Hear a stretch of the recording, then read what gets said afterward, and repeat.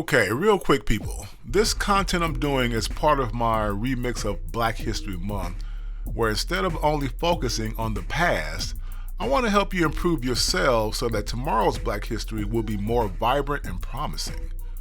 There's an article from Business Insider that came out a few days ago that covers how our young people, young brothers and sisters coming out of college, looking for their first tech jobs, STEM jobs, are somehow not getting the kinds of first job salary offers that others get. From analyzing the most marketable brands to covering luxury lifestyles and business strategies, we've got the motivation you need right here. So I'm going to read some of this article and provide commentary and advice so that you understand that business is war.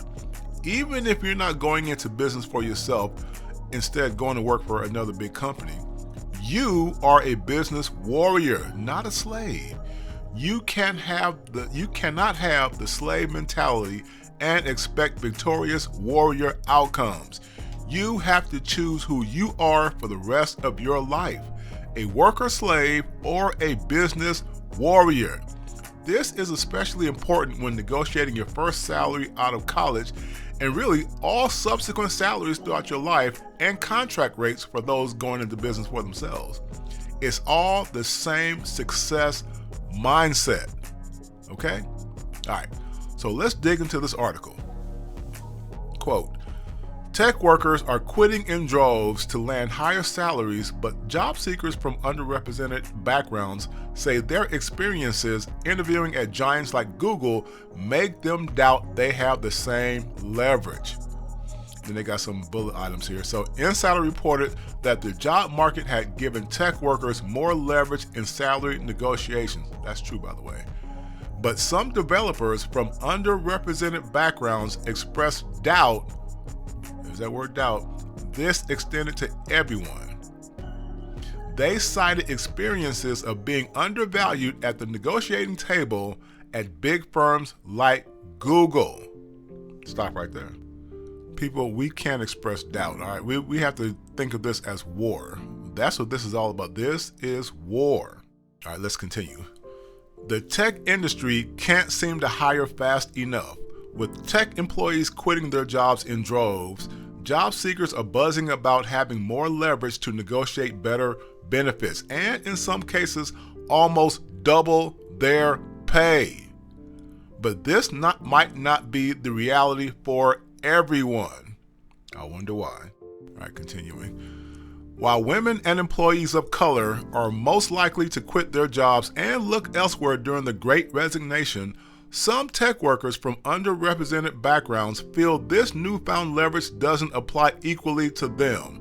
Pay inequalities in the industry have long been documented, and while some are optimistic the Great Resignation can improve compensation and workplace culture for underrepresented workers, experiences of being undervalued, there's that word undervalued, at the negotiation table have others hesitant to try to take advantage of the moment. Aaron Turner, for example, is a senior software engineer at the cloud computing company Fastly, who grew up in a lower income neighborhood in Long Beach, California. I'm from LA, by the way, so I know the area.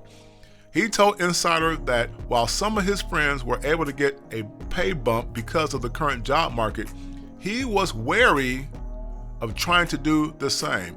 I don't know where that wariness comes from, but anyway, let's continue. While he feels comfortable to speak his mind and valued at his job, he said this wasn't the case when he was interviewing and working at different big tech companies. He said that when Google saw he had no competing offers when he accepted an engineering role in 2018, the company refused to increase its offer. Pay attention. It wasn't until after he accepted the initial job offer, why did he do that he learned he was the lowest paid engineer for his level, he said. Google didn't respond to his comment. All right, stop right there. Let's stop. Notice what Google did to him. They lowballed him. You can even say they financially, pimp slapped or backhanded him, basically. Pimp slapped him. And what did he do? He tucked his tail and went to work there anyway. People, this is how you lose leverage. You have to get multiple job offers, even if some are lower paying. A warrior mindset won't let the enemy win. Going back to our guy here, and I'm sure he's a nice guy who just lacks info. He was presumably not happy to later learn that he was the lowest paid engineer. Duh. That's because business is war. Google came ready for battle. They did their intelligence work on this brother, but he didn't do any counterintelligence on Google. Why? In war, you prepare to defend yourself against a formidable enemy by first sizing up the enemy's strength. Let's continue. Quote, I'm stuck in the balancing act because do I want to go somewhere where I will get paid a lot more money? Or do I want to keep working in a place where I like the technology, the people, and I know no one's going to turn around and say something because they subconsciously think I am below them, Turner said. Stop right there. Stop. Sadly, this is a defeated worker-slave mindset. Why the hell is there a question if you should go somewhere else for more money or not? Did you not see how Google financially backhanded you right off the rip? But like a wounded victim, you worry about leaving the abuser. Folks, don't do this. And if anyone you know, or if anyone you know someone like this, have them watch this video ASAP. Go where you make more money, period. That's how this world works. That's how you win in business. Don't concede the battle to the enemy and let them dictate terms that will keep you in a low income bracket the rest of your life. Our community already has the lowest incomes, so let's change Black history so that we bump up much more, or we bump that up much more, all right? So let's continue. Quote, April Christina Curley, who worked at Google, here we go Google again, as a campus recruiter for historically Black universities and colleges and an internship lead until she was fired in 2020, says she frequently saw how candidates, especially those from underrepresented backgrounds, felt too, quote, scary to say no to the initial job offer, and that companies like Google knew how to take advantage of this. Stop right there. Notice this sister was fired by Google. You see the pattern here? And Google is not unlike any other company out there. Once again, people, business is war. They fire you at will, so why are you so loyal to them that you're willing to stay stuck in a lower income job because you feel undervalued or at a disadvantage? Continue. Quote, recruiters know how to create an offer that's competitive based on the school a candidate went to. So students coming from Stanford or MIT know what an appropriate offer is, and the recruiter won't offer anything less than it, Curley said. Pay attention. Many of my students come from low and poor income areas, so they don't have the networks or the touch points to negotiate against the initial offer, unquote. People, we have to network better. Get out of your comfort zone, go to higher income zip codes, and figure out the places where these executives hang out for happy hour, cigar lounges, and talk to these people and network on your own. It's free. Just get on Uber and pay for Uber up and back, but make sure you go to places where they will talk to you. This is why Curley had to constantly and formally coach HBCU students on what Google's salary ranges were, she said, something she was actively discouraged by management to do. Stop right there. This sister did a good thing by providing corporate intelligence to the disadvantaged students. Google, like any corporate military, gathered intelligence on various colleges so that they can offer the best pay for the best return on their money. This might sound unfair, but once again, business is war. Get it through your head.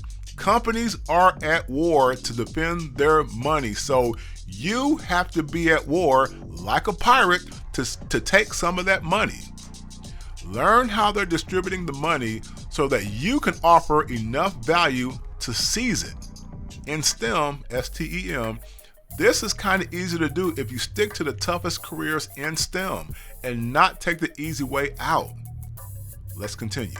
Quote, another developer from a low-income neighborhood who is job hunting and want to remain anonymous told Insider that when they interviewed at a big tech company, they were given an initial offer lower than market rate for that position. Pay attention. Despite others in that role making higher salaries, they said the company told them they had no leverage because their competing offers were not as good as what they were paying. Stop. See how the company did their homework? Business is war. War strategy, war tactics, battle tactics. Not only do companies find out if you have counter offers, they find out how much they are on top of that. And that's fine. That's okay. That's what they do. And when you're fresh out of college, you have to pay your dues sometimes. But I strongly advise you not to stay at the first company longer than 2 years. Pay attention. Yes, that goes against what a lot of campus career advisors might say because you want your resume to look like you're loyal and all that stuff, blah, blah, blah, whatever. No. Most job recruiters understand that you're going to make moves for more money. Heck, they do it themselves. I know, trust me, I know these recruiters myself. I've known them for years. They move around just like you will. Let's continue. Quote, pay transparency can be especially difficult. An insider has previously reported on how tech companies pressure or retaliate against workers who try to speak up about their salaries. Unquote. Stop right there. Notice how companies use war tactics to protect their salary info. If companies are at war against you, why aren't you likewise at war? This is where employees, especially among our people, brothers and sisters, lose out because we feel we have to be loyal and faithful and loyal to these companies that don't feel the same way about you at the same level.